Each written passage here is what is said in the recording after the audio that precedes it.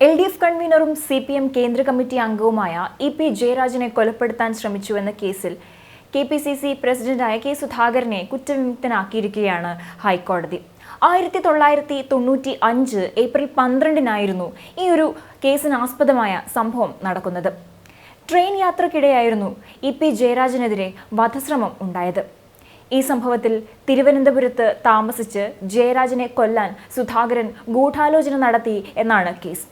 ഈ കേസിലെ 1ഉം 2ഉം പ്രതികളായ പേട്ട ദിനേശൻ, വിക്രംചാലിൽ ശശി എന്നിവരെ ആദ്യം ആന്ധ്രാപ്രദേശിൽ വിചാരണ കോടതി ശിക്ഷിച്ചിരുന്നു.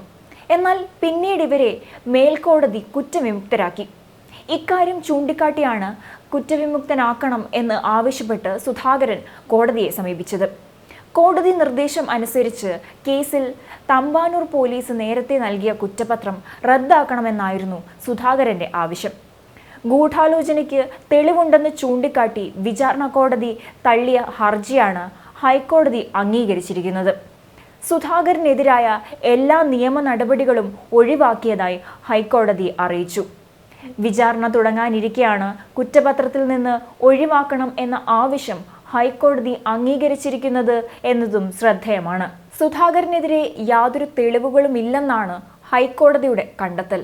ചണ്ഡീഗഡിൽ നിന്ന് പാർട്ടി കോൺഗ്രസ് കഴിഞ്ഞ് തീവണ്ടിയിൽ കേരളത്തിലേക്ക് മടങ്ങവെയാണ് EP ജയരാജൻ ആക്രമിക്കപ്പെടുന്നത്. തീവണ്ടിയിലെ വാഷ് ബേസിനിൽ മുഖം കഴുകുന്നതിനിടെ 1ാം പ്രതിയായ വിക്രംചാലിൽ ശശി ജയരാജന് നേരെ വെടിയുതിർക്കുകയായിരുന്നു. ജയരാജന്റെ കഴുത്തിനാണ് വെടിയേറ്റത്. TP രാജീവൻ, ബിജു എന്നിവരാണ് കേസിലെ മറ്റു പ്രതികൾ. അതേസമയം തന്റെ നിരപരാധിത്വം ബോധ്യപ്പെട്ടതിൽ സന്തോഷമുണ്ടെന്ന് കെ സുധാകരൻ പ്രതികരിച്ചിരുന്നു. തന്നെ രാഷ്ട്രീയമായി ഇല്ലാതാക്കാനുള്ള CPM പദ്ധതിയായിരുന്നു കേസെന്നും കൊലയാളി എന്ന് വിളിച്ച CPMന്റെ ആക്ഷേപങ്ങളെ തള്ളുന്ന വിധിയാണിതെന്നും അദ്ദേഹം പറഞ്ഞു. ക്രിമിനലാക്കാനുള്ള CPM ശ്രമമാണ് പൊളിഞ്ഞതെന്നും കെ സുധാകരൻ വ്യക്തമാക്കി. അതേസമയം ഈ വിഷയത്തിൽ VD സതീശനും പ്രതികരിച്ചിരുന്നു. കേസിൽ കെ സുധാകരനെ പ്രതിയാക്കിയത് രാഷ്ട്രീയ ഉദ്ദേശത്തോടെയായിരുന്നു. കോൺഗ്രസ് നിലപാട് ശരിവെക്കുന്നതാണ് ഹൈക്കോടതി വിധി. MV രാഘവനെയും ആ കേസിൽപ്പെടുത്താൻ ശ്രമിച്ചിരുന്നു. അത് തെറ്റായിരുന്നു. കോൺഗ്രസ് നേതാക്കളെ പ്രതികളാക്കാൻ CPMന്റെ ഗൂഢാലോചനയായിരുന്നു കേസിന് പിന്നിലെന്നും VD സതീശൻ കുറ്റപ്പെടുത്തി. പ്രോസിക്യൂഷന് കോടതിയെ ബോധ്യപ്പെടുത്താൻ കഴിഞ്ഞില്ലെങ്കിൽ അത് സർക്കാരിനെയായിരിക്കും EP ജയരാജൻ കുറ്റപ്പെടുത്തുന്നത്. പിണറായി വിജയനെയാണ് EP ജയരാജൻ കുറ്റപ്പെടുത്തുന്നതെന്ന് VD സതീശൻ പറഞ്ഞു. 29 വർഷം മുമ്പ് നടന്ന ഒരു സംഭവത്തിൽ അന്ന് കോൺഗ്രസ് നേതാവായിരുന്ന ശ്രീ കെ സുധാകരൻ ഗൂഢാലോചനയിൽ പങ്കാളിയാണ് എന്ന് രാഷ്ട്രീയ ഉദ്ദേശത്തോടു കൂടിയാണ് CPM അദ്ദേഹത്തെ പ്രതിയാക്കി മാറ്റിയത്.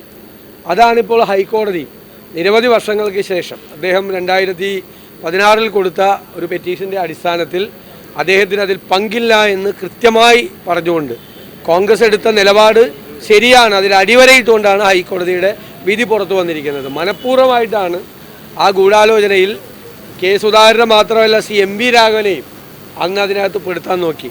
അത് തെറ്റായിരുന്നു. രാഷ്ട്രീയ ഉദ്ദേശത്തോടു കൂടി രാഷ്ട്രീയ നേതാക്കളെ ക്രിമിനൽ കേസിൽ പ്രതിയാക്കാൻ നടത്തിയ CPMന്റെ ഗൂഢാലോചനയായിരുന്നു അതിൻ്റെ പിന്നിലെന്ന് ഇപ്പോൾ വ്യക്തമായി.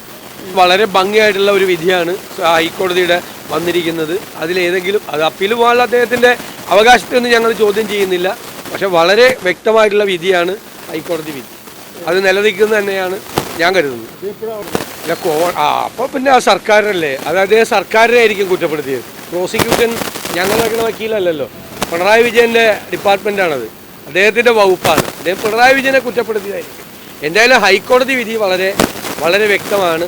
അങ്ങനെ ഒരു ഗൂഢാലോചനയിൽ കെ സുധാകരന് യാതൊരു പങ്കുമില്ല എന്ന് വ്യക്തമാണ്.